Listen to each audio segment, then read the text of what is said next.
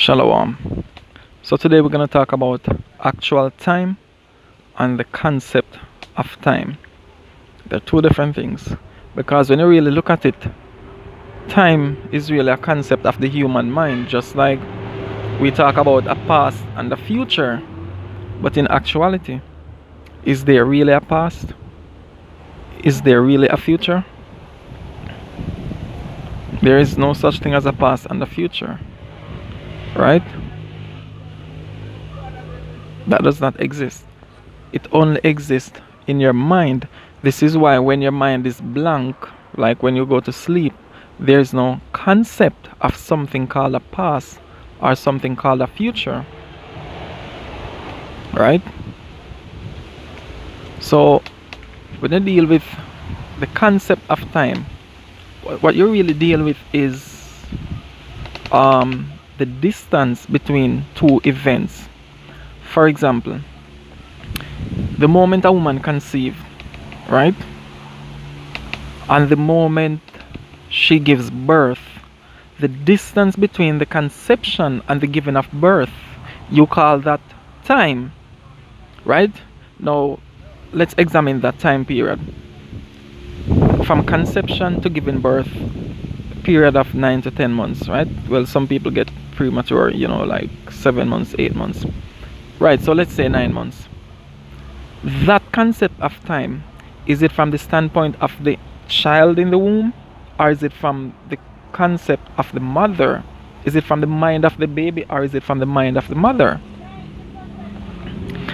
That is from the concept of the mother. The 9 months has nothing to do with the child, as the child was in darkness. Darkness is beyond time. There's no events that is taking place. So from the standpoint of the baby, it's just timeless. Just as when you read in Genesis chapter 1 verse 2, it says darkness was upon the face of the deep. There was no event taking place as, there was no whales, he said create whales here, or the sun here, or divide the light from the dark there. Those were events. So between those events, the distance is called time. But in verse 2, there was no event there, so there is no concept of time. That is just literal darkness. For example, when you go to the cave, there is no concept of time. It's just literal darkness. It has nothing to do with day or night. It is beyond time. Right? So the 9 months of pregnancy is from the concept of the mother, not from the child. This is why with the moment of giving birth, that's the first record of time for the child. That's why you say he is, you're gonna usually say 1 day, but he's just a minute old, then an hour old, then a few hours until 1 day old, right? That's where his time starts, when he sees the light. Time comes from the movement of light. This is why when you reach verse 3 of Genesis chapter 1, it says, let there be light. That is the first record of an event, right? Now, from the moment he said, let there be light, and the next moment he said, there is light, the distance between that is called time. Just like from the moment you had breakfast to the moment that you go and take a shower, that distance between breakfast and the shower is called time. So time does not begin in darkness, and it's very cruel to see Hebrews, not talking about the other nations now, not talking about the kings of the earth, to see Hebrews talking that the day begins at sunset. What you're actually saying? You're actually saying that you're going to take your children, you're going to bring them to face the west, looking at the sun going beyond the western horizon, and say that is a new day. The sun rises in the east, and that declares a new day. So when he said let there be light, the sun was not going beyond the western horizon when he said let there be light. The sun was coming above the eastern horizon. Stop teaching your children that a day begins with the sun going towards the western horizon. You look to the east to see the beginning of a new dawn. Right? So time comes from the movement of light. So the sun is here now, it's moving. Okay, over in the east, they're having darkness, but the sun is moving here, right? So when it leaves here, we're gonna have darkness. So it's just, you're just having light and the absence of light. That is all it is. But they both work together to give one conscious reality. That is from the standpoint of the Most High. So we see light and dark being divided, or day and night being divided, but they both work together as one. Just like your eyes and your hand, they are separate in function, but they work together as one body, one unit. So if your eye is itching, you're going to use your hand to scratch the eye. They're separate in function, but they work together as one body.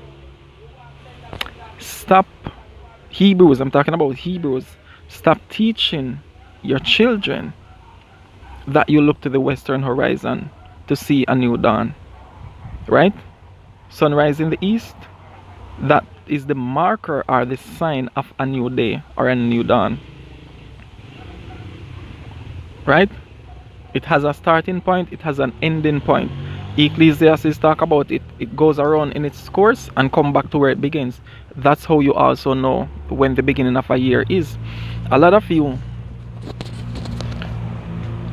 Hebrews, you trying to fit the beginning of a year on a Gregorian calendar.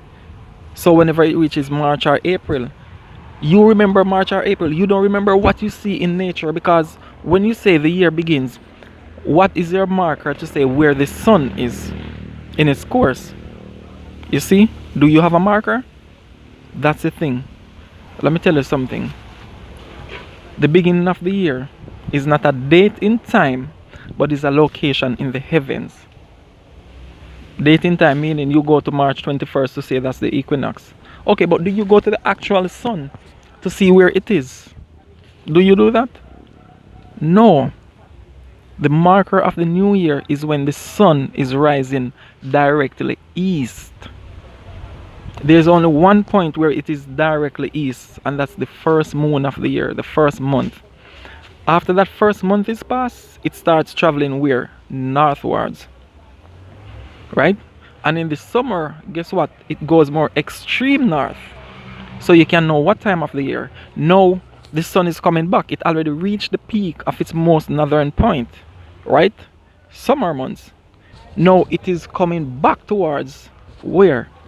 Towards the center and go towards the south. So we're gonna start going back in shorter days and longer nights. Time calculation comes from the movement of lights. Alright? And the next thing, the scriptures do not contradict nature. Because when some people talk about nature, for example, me, when I talk about nature, people keep asking, okay, where's the scripture to prove that? Stop trying to fit reality to your belief. Because nature does not contradict the scriptures, neither do the scriptures contradict nature.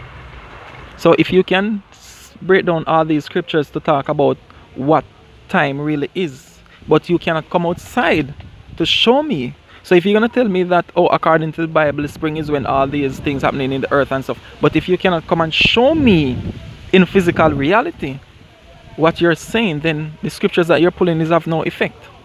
It is just your narrative that you're pulling, using those scriptures to supplement your belief, which contradicts nature.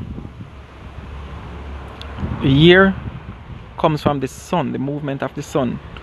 This is why from spring coming all the way back around to the end of winter marks a year. This is when you change from, for example, 2022 to 2023, 2023 to 2024.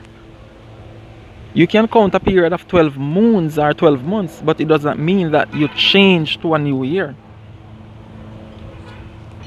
Year deals with a location in the sky.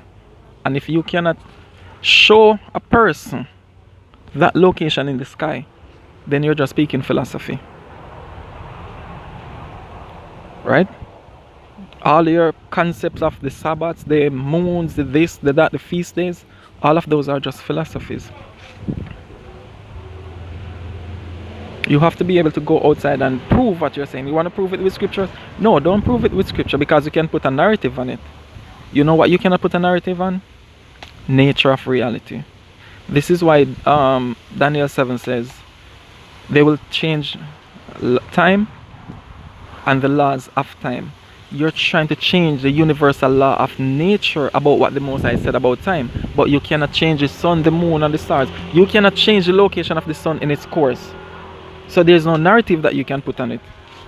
So it doesn't matter how many scriptures you pull regarding time or months or years or this, if you cannot go outside. Just like you cannot go outside and look to the western horizon and tell somebody that's a new date. You only can do that in religion. A lot of conscious people are out here. You cannot do that. You can do that to your children. And that's really cruel. I understand with the kings of the earth telling that to us. But I don't understand you as Hebrews telling that to your children. Shalom.